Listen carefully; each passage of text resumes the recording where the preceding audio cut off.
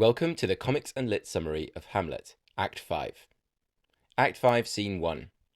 Following the tragic news of the drowning of Ophelia in Act 4, Act 5 begins in a churchyard, where two gravediggers are preparing her burial site.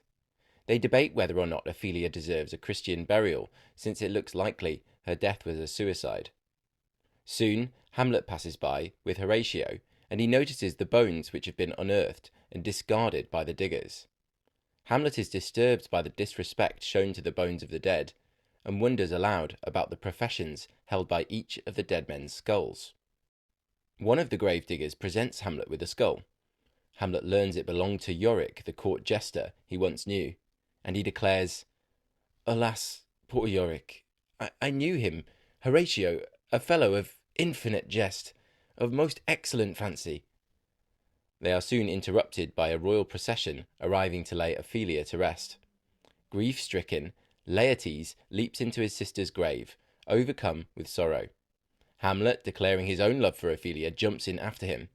The pair begin to struggle, and Hamlet exclaims, "I loved Ophelia. 40,000 brothers could not, with all their quantity of love, make up my sum."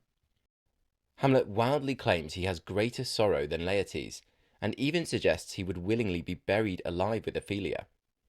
The king and Gertrude look on, aghast at Hamlet's madness. The pair are pulled apart, and Hamlet storms away with Horatio. Claudius tells Gertrude to set a watch over Hamlet and urges Laertes to be patient before they can carry out their plan. Analysis. Shakespeare employs a dark sense of comedy within the scene. The gravedigger's casual attitude to death contrasts strongly with Hamlet's more philosophical musings, creating a tension but reinforcing the idea that death comes to all, no matter their wealth or status. In one of the most famous moments in all of stage history, Hamlet holds up the skull of Yorick, and he famously says, "Alas, poor Yorick, I knew him, Horatio, a fellow of infinite jest, of most excellent fancy." Here he realizes that even Yorick, once full of laughter, is now just an inanimate skull. The use of hyperbole in the phrase infinite jest strengthens Hamlet's dark reflections on loss. He seems disturbed by the mirth and joy of Yorick that has now been erased by the death. Furthermore, Shakespeare employs the skull as a prop to symbolize death itself and foreshadow the tragic ending of the play. The next time Hamlet will be seen on stage, he will have accepted the fate of death which hangs over him. Act 5, Scene 2. In the hall of the castle, Hamlet reveals to Horatio that he discovered Claudius's letter ordering his execution in England. Hamlet then reveals he had written a new letter under his father's seal, which instructs the receiver to kill the deliverers, Rosencrantz and Guildenstern, leaving no opportunity for them to beg forgiveness. Hamlet shows no remorse for them, but regrets his hostility towards Laertes, seeing in him a reflection of his own desire for revenge. Osric, a young servant, enters and invites Hamlet on behalf of Claudius to take part in a duel with Laertes to settle their dispute. Though uneasy, Hamlet agrees. After Osric exits, Horatio offers to stall the duel so Hamlet has time to plan. Yet Hamlet dismisses him, claiming no man really understands what they leave behind when they die, so an early death is no concern. Claudius and Gertrude enter with the other lords and attendants. Hamlet and Laertes shake hands, and Hamlet asks for Laertes' forgiveness, saying, "Give me your pardon, sir. I've done you wrong." Laertes remains hesitant, but accepts Hamlet's offer of friendship. "I do receive your offered love like love, and will not wrong it." The men select their weapons, but Laertes swiftly exchanges his sword, claiming his was too heavy. In his hand is placed the poison-tipped sword Claudius had planned. As the duel begins, Claudius raises a toast to Hamlet's health, dropping a poisoned pearl into a cup of wine meant for Hamlet. Hamlet refuses to drink and seems to be winning the duel, scoring 2 hits on Laertes. Watching on, Gertrude, unaware, drinks from the poisoned cup. Claudius desperately warns Gertrude, "Do not drink," but it is too late.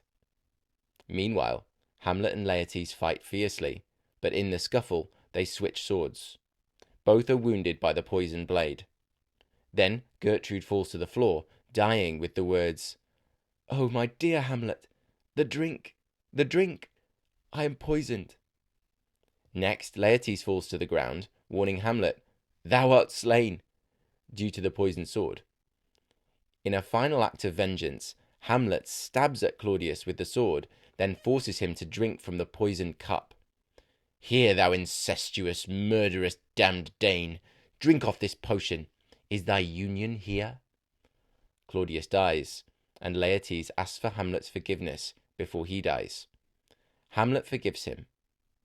Horatio miserably attempts to poison himself, and Hamlet urges him to stop so he can live, to tell my story.